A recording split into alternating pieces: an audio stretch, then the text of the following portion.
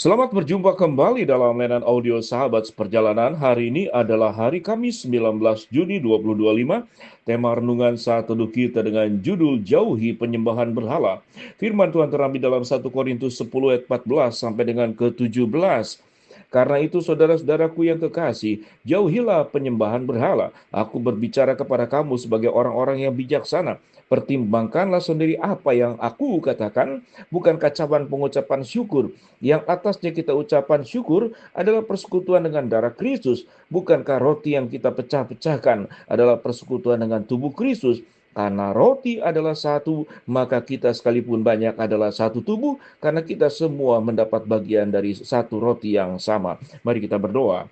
Bapa yang di dalam surga, terima kasih buat kebenaran firman Allah, agar kami bisa menjauhi penyembahan berhala di dalam berbagai macam ekspresi dan perbuatannya. Dalam nama Tuhan Yesus kami berdoa, amin. Shalom sahabat perjalanan yang dikasihi Tuhan. Ayat 14 dalam 1 Korintus 10 dikatakan, karena itu saudara-saudaraku yang kekasih, jauhilah penyembahan berhala. Setiap zaman penyembahan berhala bisa sangat berbeda-beda. Namun waktu kita melihat di bagian Alkitab, penyembahan berhala itu secara spesifik memang membangun patung sedemikian rupa, terbuat dari emas, terbuat dari berbagai macam logam yang dianggap berharga, lalu disembah. Dan itu penyembahan berhala itu bisa menciptakan berbagai macam keyakinan dewa-dewa, lalu keyakinan yang disebut dengan Tuhan, penguasa alam semesta. Bahkan di zaman berikut kemudian kita lihat dalam perkembangan berbagai macam budaya manusia, berhala itu ada orang yang menyembah matahari, ada orang yang menyembah laut, ada orang yang menyembah gunung, ada orang yang menyembah bulan, ada orang yang menyembah bintang, ada orang yang menyembah mungkin pohon yang sangat besar. Semuanya itu berdasarkan sebuah ketakutan manusia untuk mencari rasa aman, rasa perlindungan. Lalu mereka mencari yang namanya Tuhan. Kita bersyukur kalau Kristus menyatakan diri, sehingga kita tidak perlu susah-susah lagi mencari di mana Tuhan, di mana Tuhan. Karena Tuhan sudah hadir, mendatangkan dirinya, meninggalkan sorga, datang ke dalam dunia, menjadi sama dengan manusia di dalam diri Kristus Yesus. Kalau Yesus sudah datang ke dalam dunia, menyatakan dirinya, apalagi kita sebagai orang percaya yang sudah menerima kebenaran firman Allah dalam Alkitab yang sangat lengkap, yang diinspirasikan oleh Roh Kudus, sehingga kita tidak perlu lagi mencari-cari yang namanya iman, yang namanya Tuhan, lalu kemudian mereka membangun berhala-berhala yang kemudian diciptakan oleh mereka sendiri. Pada titik ini sahabat seperjalanan, kalau sudah Kristus menyatakan diri secara jelas datang ke dalam dunia, akulah Tuhan, akulah juru selamat, maka siogianya kita tidak perlu mencari lagi, tinggal percaya dan mengaku Kristus adalah Tuhan satu-satunya.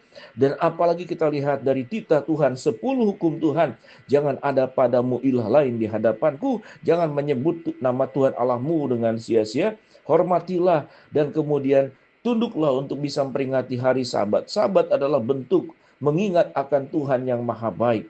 Di dalam bagian firman Tuhan ini kita melihat, tetapi penyembahan berhala ternyata tidak terlepas orang percaya bisa berhenti dari penyembahan berhala. Karena berhala-berhala di zaman sekarang bisa berbeda bentuknya. Bisa hedonisme, yaitu kesenangan, kesukaan kepada yang namanya itu kesenangan dunia. Kesenangan yang bersifat fisik. Kesenangan kepada finansial, kepada uang, harta, hobi. Kemudian penyembahan berhala juga bisa menyembah diri sendiri, menjadi pusat segala-galanya. Karena berhala artinya menjadikan satu-satunya tujuan daripada penyembahan. Sementara penyembahan sesungguhnya kita beriman kepada Allah dan tidak boleh ada Allah lain di hadapanku. Kita menyembah Allah Abraham, Ishak dan Yakub, di mana Yesus terlahir dari keturunan ini. Kalau kita melihat dalam Injil Matius seluruh urutan-urutan, kemudian sampai Kristus datang, itulah Tuhan yang sudah menyatakan diri. Firman Tuhan apa yang dikatakan di bagian ayat yang berikutnya? Aku berbicara kepadamu sebagai orang yang bijaksana. Pertimbangkanlah sendiri apa yang aku katakan. Bukan kacauan pengucapan syukur atasnya kita mengucap syukur adalah persekutuan dengan darah Kristus. Bukankah roti yang kita pecah-pecahkan adalah persekutuan dengan tubuh Kristus? Karena roti adalah satu, maka kita sekalipun banyak adalah satu tubuh. Karena kita semua mendapat bagian dalam tubuh yang satu. Di sini berbicara ada penjelasan kita adalah satu tubuh dan tidak boleh terpecah-pecah. Artinya penyembahan berhala bisa pandangan, lalu kemudian berkelompok, dan kelompok itu sebagai Tuhan buat kita. Kita berjuang mati-matian dan kelompok lain dianggap buruk, kelompok kita lebih baik. Baik secara pribadi kita merasa lebih baik, kita sedang menyembah diri sendiri. Waktu kita menganggap kelompok kita yang terbaik, kita sedang menyembah kelompok. Waktu kita kemudian meyakini sebuah keyakinan, sebuah lembaga, kemudian menggeser posisinya dari Tuhan, kita pun sedang menyembah berhala. Bahkan sewaktu kita mengagung-agungkan denominasi gereja kita, melebihi daripada kita mengagungkan Kristus, yang firman Tuhan berkata, kita memecahkan roti, kita meminum cawan dari cawan, maka kemudian kita sudah menggeser Tuhan, dan di atas segala sesuatunya kita menciptakan berhala-berhala baru di dalam diri kita. Suatu kita punya karakter pun, karakter bisa menjadi sebuah berhala, yaitu karakter ingin menang sendiri, keras kepala, menganggap diri yang paling benar, menganggap diri yang paling hebat, menganggap pendapat kita yang harus diikuti, maka kita sedang membuat pemikiran kita, perasaan kita, itu sebagai berhala. Pemikiran kata kita paling benar, perasaan kita yang harus paling diikuti, maka itu juga berhala. Sehingga berhala bentuknya bisa sangat ragam. Oleh sebab itu, sahabat seperjalanan, jauhilah penyembahan berhala. Kita di rumah mungkin tidak ada patung. Kita mungkin di rumah tidak punya sesajen untuk menyembah berhala tertentu. Tetapi sewaktu kita memprioritaskan sesuatu di luar Tuhan, di luar kebenarannya, maka kita sedang menciptakan berhala sendiri. Ada orang mungkin yang menciptakan berhala karena dia suka sekali mengkoleksi barang-barang tertentu. Dia berjuang mati-matian. Ada yang mengkoleksi batu, ada yang mengkoleksi arloji, ada yang mengkoleksi tas, ada yang mengkoleksi mungkin sepatu. Maka itu sudah menjadi berhala. Bahkan ada yang suka dengan hobi, bahkan ibadah minggu pun sudah tidak lagi datang beribadah ke gereja. Kalau ditanya, kapan terakhir engkau ke gereja? Dia mengatakan, ya kurang lebih 5 tahun lalu. Maka selama 5 tahun itulah kita sudah menggeser Tuhan dan kita menciptakan berhala-berhala baru di dalam kehidupan kita.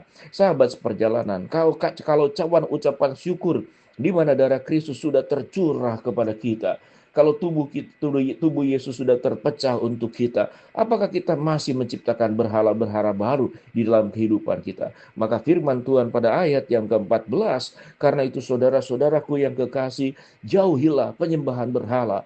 Penyembahan berhala bisa berbagai macam bentuknya. Mari kita temukan apa berhala dalam kehidupan kita, dan kita meminta ampun dan datang kepada Tuhan. Tuhan, ampuni jikalau aku selama ini tidak menjadikan engkau Tuhan satu-satunya penyembahanku, Tuhan satu-satunya yang aku harus muliakan, yang harus aku agungkan, yang harus aku junjung, dan tidak ada yang menggeser engkau dalam pusat hidupku. Karena Tuhan sendiri yang sudah memusatkan seluruh kasih dan cintanya untuk setiap kita masing-masing, mengorbankan dirinya. Sementara kalau kita masih menyembah berhala, kita sedang menciptakan sesuatu yang baru, lalu kita melupakan segala kasih setia Tuhan yang sudah menyelamatkan kita, yang sudah mencintai kita, yang sudah mengasihi kita. Janganlah menjadi orang-orang yang sesat, janganlah menjadi orang-orang yang jalannya serong kiri dan kanan. Berpusatlah, setialah kepada Tuhan. Karena Tuhan yang kita sembah adalah Tuhan yang setia, Tuhan yang mengasihi, Tuhan yang mencintai, Tuhan yang memberikan yang terbaik dan tersempurna untuk kita semua. Jangan jauhi Tuhan, tetapi yang harus kita jauhi adalah penyembahan berhala. Mari kita berdoa. Bapa dalam surga, terima kasih buat kebenaran firman Allah yang kami pelajari. Hamba-Mu berdoa buat sahabat seperjalanan yang sakit, Tuhan jamah sembuhkan. Sahabat seperjalanan yang sedang menghadapi masalah, Tuhan bukakan jalan. Sahabat seperjalanan yang sedang berdoa, mengharapkan sesuatu, Tuhan kabulkan dengan waktu dan cara Tuhan yang terbaik. Di dalam nama Tuhan Yesus kami berdoa. Amin.